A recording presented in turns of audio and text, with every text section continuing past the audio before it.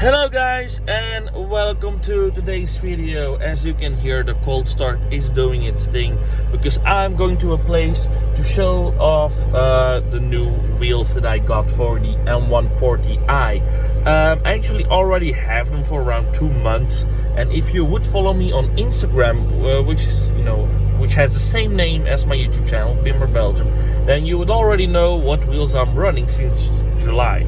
I just didn't have the time to make a video about it because where I live right now, the space is very limited. I mean, I'm in a small garage box right now and I can't really shoot. There's bad lighting over here. Now the gate is open, so that makes a difference.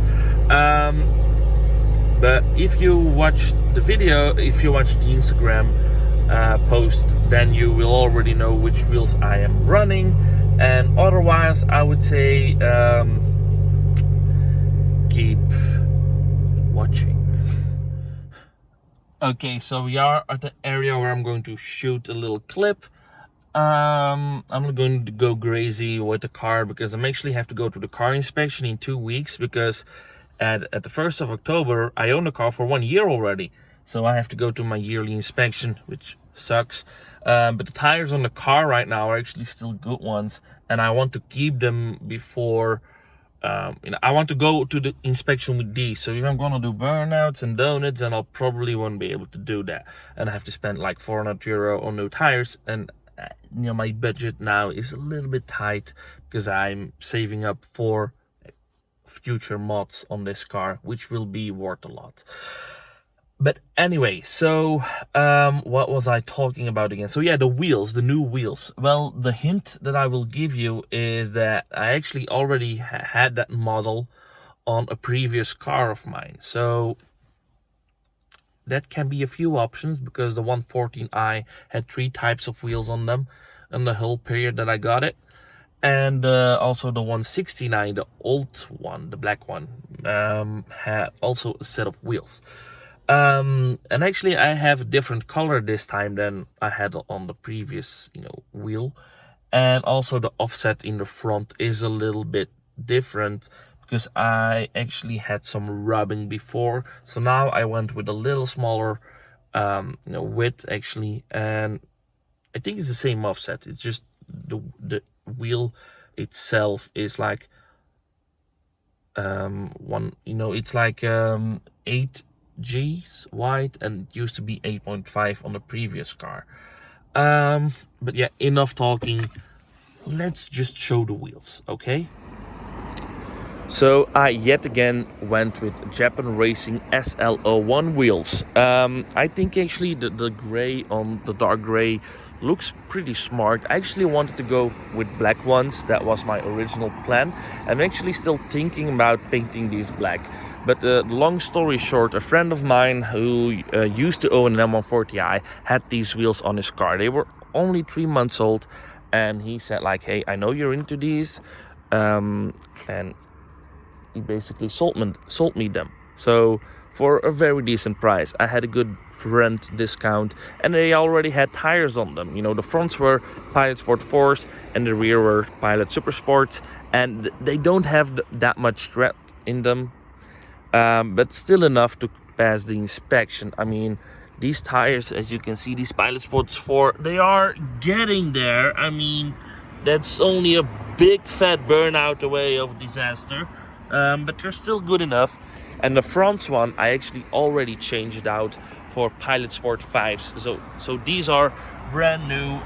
These have enough tread in them for a while, because the front tires on these cars actually don't suffer that hard if you don't do track days, which I'm not doing that much. But yeah, long story short, when I had those wheels 2 days, I actually hit a bump a little bit too hard of my liking, and I had a small vibration in the wheel, and I was looking at the wheels. They were not dented at first sight. They were not. And I thought about suspension, damage. But people said, start with the new tires and see and go from there. And luckily, getting new Pilot Sports saved it. And oh god, I just found a ding in my door. Some motherfucking dickhead just dinged my door. Oh my god, I am furious. we'll need to get that fixed. Yeah. So, long story short, the new tires fixed that, and now the car drives fine again. So what we offset did we get? Well, we got 8.5 G's in the rear with an offset of 35, and in the front it's also a 35 but an 8G 8GG with the G of Jonas. So yeah, I really think the offset is just good enough. It's not upsetting everyone. It will pass the inspection. It's not sticking out, and it will not rub that easily. So yeah, I am digging those. I tell you what you think about them. I am a big fan. Should I paint them black or not? Give me your opinion. I think the gray looks nice, but maybe I would paint them black later on. But yeah, for now, I kind of dig this look actually. But you know, since we're here right now and I'm actually having this guy with me, let's make some cool drone clips. Just some, beef footage of the car. Just a short amount, nothing too much. And yeah, let's have some fun because I finally have a drone again. I used to have not one for a while, so that's why you wouldn't see drone footage in the channel.